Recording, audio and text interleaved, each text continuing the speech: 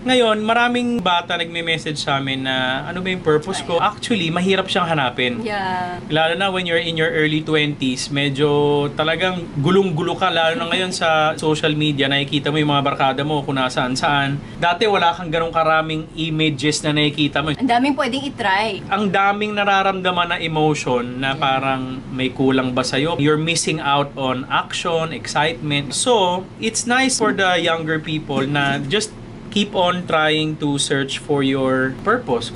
And by the way, yung mga single people, tsaka yung mga mas bata, how will you know na hindi mo pa alam purpose mo? Example, nainlove ako, parang sa'yo. Yes. Tapos biglang iniwanan mo ka after 4 years, wasak na wasak ako.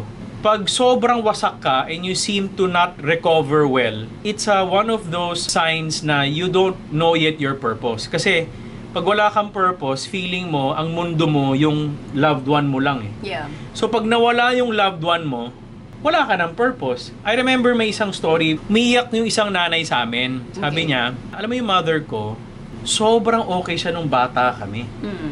Pero somewhere along the way, nung lumaki na daw yung mga kids, nag-asawa na, left the family house. Bumukod na sila, tapos nagkapamilya sila. Ngayon, pagbalik nila dun sa nanay nila to visit, sobra daw irritable.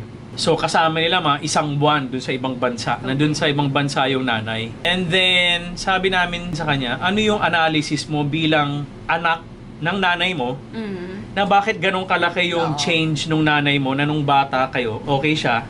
Tapos ngayon na kung kailan pa siya tumanda, saka siya naging nega. Ang sinabi nung mom sa amin is this, very important to sabi niya, I think it's because binild niya yung pinaka-purpose ng buhay niya on us, her children. So habang nandun kami sa bahay na inaalagaan niya, may purpose siya. But when we left her house, nawalan siya ng purpose. So nagnega yung nanay. So dangerous for some couples or some people to say, one of my great purposes is to raise up my kids.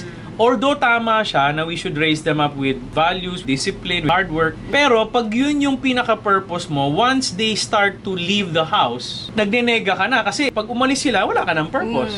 So there are real examples now of parents na okay sila as long as the child is there. Pero pag umalis yung child, nabubutas yung nanay.